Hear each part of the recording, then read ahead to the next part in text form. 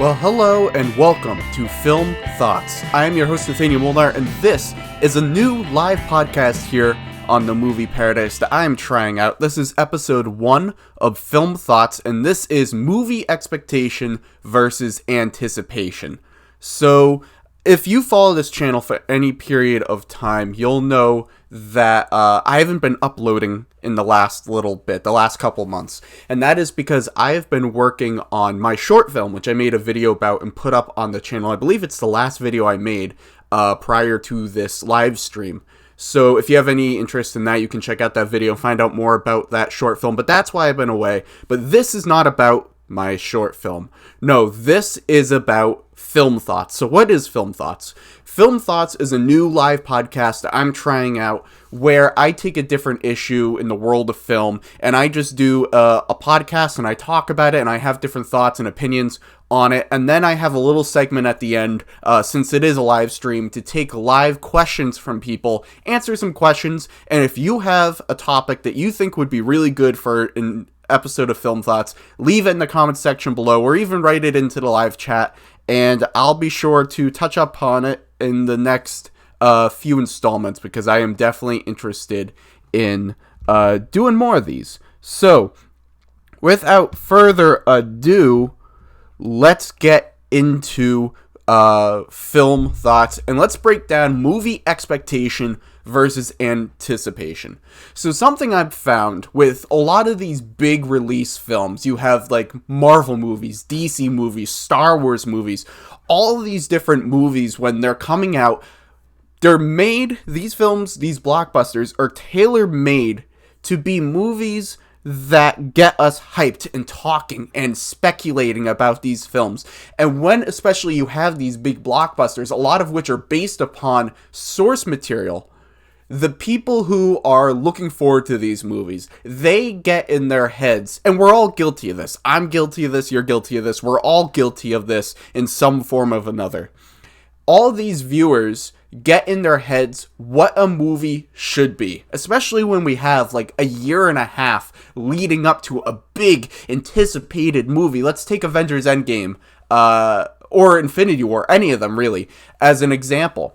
Leading up to, say, Infinity War, we had like a year and a half, maybe even 2 years, where we were just waiting and waiting and waiting for this movie to come out, and we came up with all these theories, and we had all this speculation, we had all these ideas of what they will do, what they won't do, what they should do, what they shouldn't do with this movie, and we had all these preconceived notions going into the film as to what it will, won't be, should, shouldn't be. And the problem is that when we have expectations, it doesn't leave room for us to experience the movie that the filmmakers have made because we have already made the movie in our head. Before we go any further, let's break down exactly what do we mean by expectation versus anticipation. So, expectation. Expectation is having set standards that a movie must abide by in order for the viewer to be satisfied. So if you go into a movie and you're thinking, this movie has to do this, it has to do that, it has to have this in it, it has to hit all these certain marks, it has these standards that it has to hit. And if it doesn't reach these standards that you, the viewer, have put in place, that you've imbued it with, and this is not coming from the filmmakers at all, this is all in your head. You are setting this standard that the film has to hit. It has to hit these notes and hit these beats and reach this mark in order for you to deem it to be successful, for you to be satisfied. That is what I mean by expectation. And that, I believe, is a dangerous way to approach a movie. Because when you have certain expectations in place for what a film should do, for what a movie should be, then you are not allowing yourself to take in what the movie is actually giving you. You've written the movie in your head, and I'm saying you in the general sense. You have created the movie in your head of what you want it to be. And when the movie doesn't match up with what you want it to be, you're left disappointed. And the problem with that is that sometimes filmmakers give us movies that we weren't expecting, that we didn't know we wanted. And the reason why we have to take these movies as they are, not what we wanted them to be, but as they are, is because we ourselves are not filmmakers. We are not the people making the movie. The people who are making the movie made the movie, and this is the story that they're telling. And if your idea of what the movie should have been gets in the way of what the movie actually is, then you're missing out on what could be a movie that you really like. But let's define anticipation next, because that's the next part of this. So anticipation is having a high level of enthusiasm for a movie without accompanying baggage that dictates the viewer's enjoyment. So what I mean by this is that I think people go into movies with a certain level of expectation, but what they should go into the film with is a certain level of anticipation. Anticipation is being excited for a movie, is having that, oh, I can't wait to see this movie, I can't wait to see this, I can't wait to see that. You get excited for the movie, but you're not attributing to the film what it has to be. You don't have those standards that it has to meet. You don't have those beats in your head that you think the movie needs to hit in order for the movie to be, in your mind, a success. Anticipation is being excited and enthusiastic about a movie and going in with that enthusiasm and with that excitement, without having the baggage of it needs to do this and it needs to do that in order for it to be a success. I advocate that people should definitely go into movies with anticipation. When I went to see Infinity War and I saw Endgame and I saw Star Wars, I went in excited. I couldn't wait to see these movies. I was sitting in my seat, I was giddy with joy, excited to see these films, and I had that level of anticipation. But I wasn't in my head saying, this movie needs to have this. Take Endgame, for example. And this might be a little bit of a spoiler, but the film has been out in theaters, and since it's the highest grossing movie of all time, I'm assuming most people have seen it, and it's also now on home video. You can rent it. So if you don't want any spoilers for Avengers Endgame, then don't listen to this next part. So I'm giving you a fair warning, even though I think at this point people have had ample amount of time to see the film, that I don't really think that it should be an issue. But just a warning, I'm going into a little bit of spoilers for Avengers Endgame. Take what you have happened with Hulk. In Avengers Endgame, we find that Bruce Banner has merged his Bruce Banner personality and his Hulk personality together, and we get what is in the comics Professor Hulk. Now, I know that a lot of people going into Avengers Endgame were not expecting this. They didn't expect it. They weren't really looking for it. I know a lot of people were looking for the Hulk that just goes completely enraged, goes bananas, and just trashes everything and destroys everything. We're getting the Hulk that the angrier he gets, the stronger he gets. I know that's the kind of Hulk that a lot of people were looking for. And then when we get a different kind of Hulk, that threw some people off. So the problem with having set expectations is that if you go in expecting one thing and you don't get it, the immediate reaction tends to be disappointment, sometimes even anger. And while that is understandable, that if you have what you were expecting Hulk to be, you're expecting Hulk to be the angry, the Hulk that just, the angrier he gets, the stronger he gets and destroys everything, and you don't get that Hulk, you're left disappointed. But you might not necessarily be opening yourself up to, okay, I understand this is not the Hulk I was expecting, but now I'm getting this other kind of Hulk.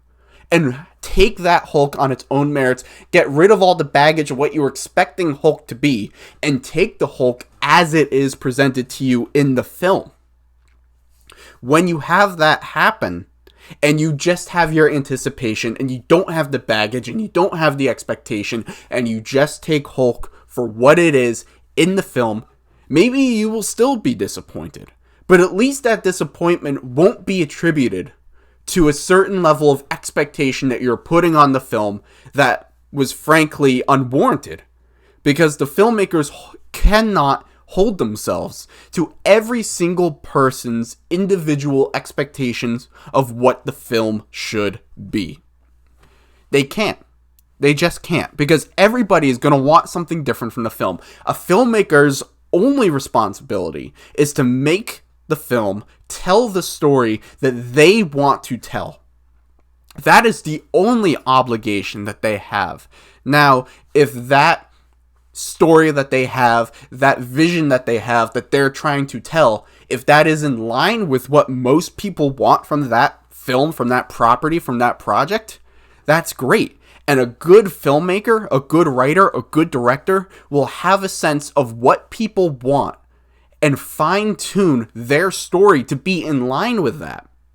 They'll understand what people are looking for, the best parts of this property. What makes a Marvel movie a Marvel movie? What makes a DC movie a DC movie? What makes a Star Wars movie a Star Wars movie? A good writer, a good director, a good producer, anyone in these creative positions within the film, they should at least have a good understanding of what the people want. But they're not just going to give people purely what they want, because that becomes needless fan service. And instead, they have their story, what they want to tell, what they want to do. They have that, and they tailor their story, or rather take what people want and work it into their story. And we see that with something like Avengers Endgame. Avengers Endgame went in completely radically different directions than anybody was expecting it to do. You know, it covered new ground, it went in new directions, but it also had elements that people had been dying to see. These were fan servicey elements, but it was filmmakers, the Russo brothers, who understood what the people wanted and also understood that they can't just give the people what they want. They have their story that they want to tell, and they merged the two. And that's what you see with something like Avengers Endgame. Now let's look at a movie. Let's look at a little bit of a different example. Let's look at Star Wars: The Last Jedi. Now, this was a film that I think got a pretty bad rap from fans because there was a certain level of expectation going into the movie that was not met. Now, I'm going to say this up front. Film as a medium, as an art, is inherently subjective, and I'm not making excuses for why people didn't like a movie.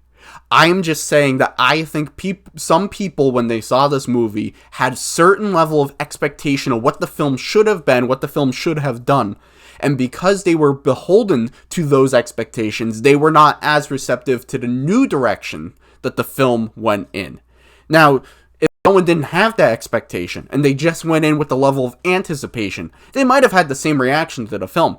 Maybe they would have had a different reaction. They might have had the exact same reaction. It's not necessarily if you remove your expectation, suddenly a movie that you didn't like, you're going to love, and a movie that you hated or that you loved, you're going to hate. You know, it's not necessarily that sort of dichotomy. Instead, I think it's more about being open to a movie, taking it on its own merits, and accepting it for what it is without your own baggage that you're attributing to it. So let's look at The Last Jedi. The Last Jedi does a lot of things that defies what people were expecting. People were not expecting Luke to have his arc that he has. People were not expecting Luke to, when he's handed the lightsaber, to just chuck it over his shoulder. People weren't expecting that. People weren't expecting Snoke to be cut in half right in the middle without too much of his character being there, because people expected that Snoke was going to have a larger role in the whole series, not just this film, but the whole series. People weren't expecting these things.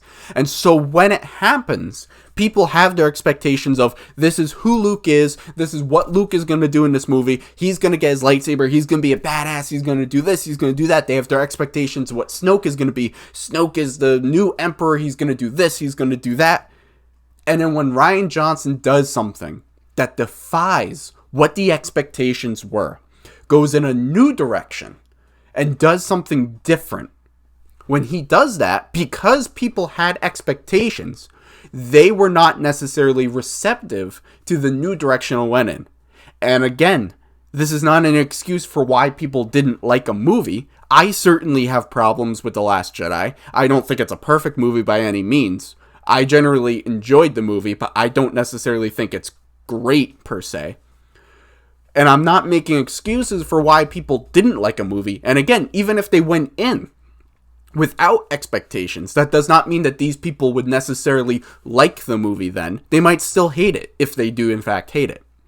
I am just saying that because people had expectations of what Luke was going to do, who Luke was going to be, and when that didn't happen, and in fact, Rian Johnson went in the complete opposite direction of what people were expecting, people were thrown off guard and weren't necessarily on board with what was happening with Luke. I think, and this is to sum up my overall idea on this topic, I think that we need to separate speculation and anticipation, because I think expectation is a merging of the two. As fans, we like to speculate. We like to come up with theories. We like to connect the dots. We like to plan ahead and think about what's going to happen in a movie. What are characters going to do? What's going to happen? We like to do that, and that's part of the fun of being a film fan, especially with these blockbuster films that have all these different entries into the franchises and have sprawling character arcs and sprawling stories. We like to speculate and come up with ideas and theorize what's going on and what's going to happen in upcoming installments of the films. We like to do that, and that's part of being a film fan. And then we also have the anticipation. But the problem is when speculation becomes expectation. And then you go into a movie expecting certain things to happen, and then when the film doesn't hit those notes, you are left disappointed. And what we need to do is drop the expectation, have the speculation, and then when it comes time for the movie, leave the speculation at the door, leave your expectations at the door, and go in just with a general level of anticipation and excitement for the movie you're going to get. And maybe the movie is exactly what you were thinking it was going to be. Great. And maybe the movie is nothing like you were expecting it to be. But just because it is nothing like what you were expecting it to be does not mean that it is bad, and that does not mean that you're going to dislike it. I've seen plenty of movies where I've had my ideas of what the film is going to be. I had certain expectations, and leave it at the door, go in, take the movie as it is, as it hits you. And there have been times where I've expected certain things to happen, I see a movie, and I love it because it did the exact opposite of what I was expecting it to do. It took me by surprise. It went in a completely new direction, and I loved it for that.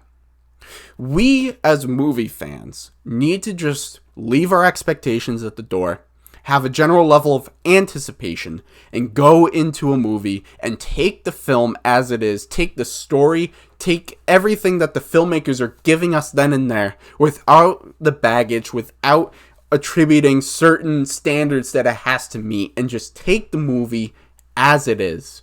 That is what we have to do. And I think that it's for the betterment of movie going that is what we do.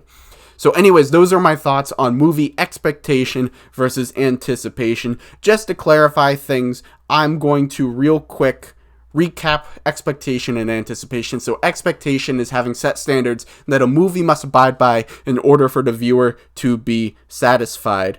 And then we have anticipation, which is having a high level of enthusiasm for a movie without accompanying baggage that dictates the viewer's enjoyment. So that's anticipation and expectation. What do you think? Do you agree with my definitions of expectation versus anticipation? Do you agree with my overall idea?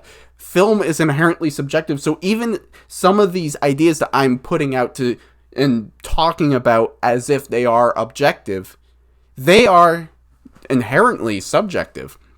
Just because I'm saying we shouldn't have expectations going into a movie, we should only have anticipation. Just because I'm saying all these things does not necessarily make them true or fact. It's all subjective, and it's all up for interpretation, and it's all up to opinion.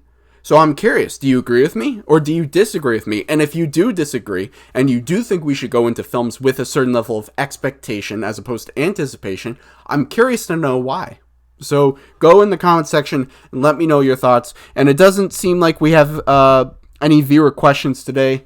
going forward, I'm going to try to do this live podcast on a more regular basis. So hopefully we'll get some more people chiming in with live questions going forward. So if you have an idea, I have some ideas of different Film Thoughts episodes I want to do. If you have an idea for topics going forward of what I should cover and talk about on Film Thoughts, drop in the comment section below. Let me know your thoughts and if there's any changes I should make to this format, because it is a new show and I want to make sure that I'm doing a good job with it and that it's pleasing to you guys and that you guys are actually enjoying this content. So leave me your thoughts, your criticisms in the comment section below, as well as any topics you might want me to cover for ongoing Film Thoughts. And until the next installment of Film Thoughts, thanks for listening.